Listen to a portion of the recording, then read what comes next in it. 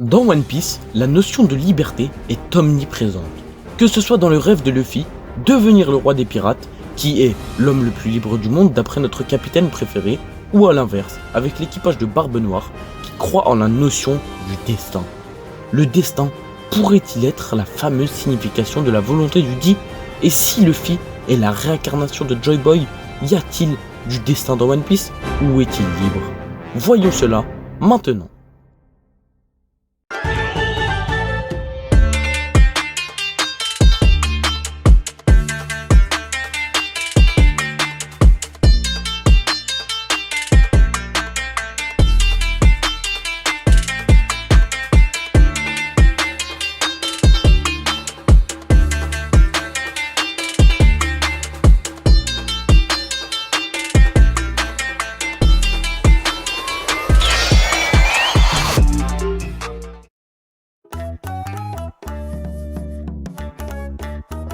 Ouais l'équipage, c'est le Shinji Kai et aujourd'hui on se retrouve pour une toute nouvelle vidéo et cette vidéo elle est très spéciale. Pourquoi? Parce qu'on vient de passer les 1000 abonnés les gars, merci infiniment. On a enfin passé le cap des 1000 abonnés les gars, vous êtes trop forts. Il y aura des lives qui suivront où on ouvrira des cartes One Piece, on débattra, on fera des théories ensemble, on parlera, on va faire des trucs trop cool comme d'habitude en live les gars, on s'amuse bien. Donc soyez là, activez la cloche pour tout simplement ne pas rater ces lives. Sur ce je vais vous laisser avec cette théorie qui a été faite par OnePieceTheory.fr. On vous met le lien en description, c'est notre collaborateur. Sur ce, n'hésitez pas à vous abonner si c'est toujours pas fait. Likez et réagissez à notre vidéo en commentaire. Les gars, c'est très important, on a envie de communiquer avec vous, donc soyez là dans les commentaires. Sur ce, moins de blabla, plus de théorie. Bonne vidéo.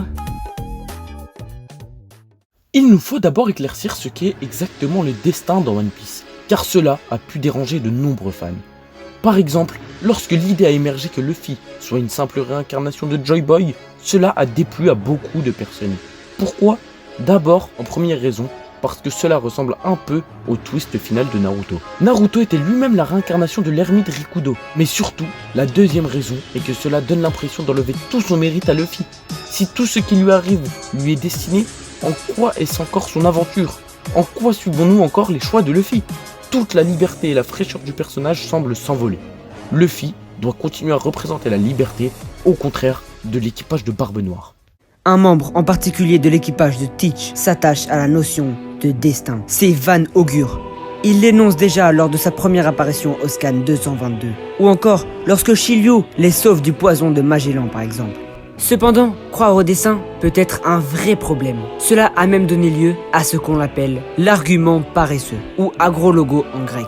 En effet, tout est déterminé, alors je ne suis plus à blâmer pour mes mauvaises actions. Je n'ai plus non plus à féliciter ou à me donner de mal. Quoi que je fasse, c'est déjà décidé. En pensant cela, je suis conduit à ne plus agir, car je pense que mes actions ne changeront rien. Cela conduit donc à la paresse, d'où le nom d'argument paresseux. Or, justement, Luffy semble se démener pour être libre. Alors, comment lui attribuer un destin? Certaines choses sont confatales. Cela signifie qu'elles sont déterminées par notre destin, mais pas sans notre volonté.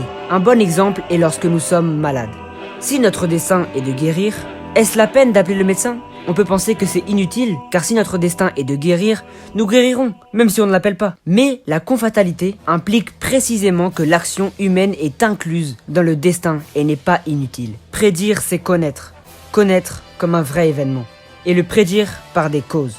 Carneade veut montrer que parmi les causes, certaines permettent la prédiction et d'autres non. Cela explique par exemple le fait que Rayleigh attendait quelqu'un comme Luffy. Il savait que quelqu'un comme lui allait venir. Il pense cela immuable, mais il ne connaissait pas les détails de cette prédiction. Le destin ne s'identifie pas toujours à des causes qui déterminent tout. Il y a des causes qui ne subissent pas à l'action humaine. L'événement dépend du destin, mais le destin ne suffit pas à accomplir l'acte. L'activité humaine a du sens, car beaucoup des choses du destin ne se font pas sans nom. Le destin n'est pas ce qui produit les différents événements. C'est comme si le destin avait un seul objectif final. Barbe Noire ne mourra pas du poison de Magellan. Et pour le réaliser, d'autres événements interviennent et impliquent les volontés humaines. Shiryu a envie de sauver l'équipage de Teach. La volonté humaine comme liberté. Toute l'importance de la volonté humaine se retrouve alors dans la thèse que présente Carneade. Et cela fait aussi écho à notre pirate préféré. C'est bien souvent par la volonté inébranlable que Luffy affronte les adversaires les plus coriaces, dans un esprit très shonen. Voyons un extrait des paragraphes 24 et 25 du destin pour comprendre pourquoi la volonté a tant de pouvoir. Plus précisément, ce que l'on considère comme volonté. est ici appelé mouvement volontaire de l'âme, puisque le mouvement volontaire contient en lui-même une nature telle qu'il est en notre pouvoir. Cela signifie que notre volonté n'est pas entièrement dépendante des causes extérieures. Nous avons le choix. Les décisions humaines ont leur propre cause interne. Ainsi, pour Carneade, le principe de causalité n'équivaut pas à la thèse du destin. Il existe en fait deux sortes de passions, selon Spinoza. Les passions tristes qui diminuent notre puissance d'agir, haine, honte, envie, etc. Et les passions joyeuses qui augmentent notre puissance d'agir et nous libèrent. De la joie découle de l'amour, la générosité, la force d'âme ou le courage qui représentent des passions positives. De la tristesse provient de l'envie, la haine, la jalousie ou l'ambition, passion négative. Encore une fois, voyez-vous le lien avec Luffy? Comme Spinoza, Luffy considère que la joie doit évidemment être cultivée et encouragée et la tristesse doit éloigner et éradiquer. Puisque Luffy libère les peuples, porte le sourire des dits et festoie dans de nombreux banquets, cela a un sens tout particulier pour notre héros. Plus encore, en associant le côté libérateur de la notion de joie, on retrouve les deux caractéristiques du gear de Luffy, le Gear 5. Avec cette nouvelle théorie, on peut donc maintenant penser non plus le futur en termes de probabilité, mais en termes de destin. Le destin existerait donc bien dans One Piece, mais la confatalité permettrait que les différentes volontés des personnages s'exercent quand même. Quel est votre avis sur cette analyse?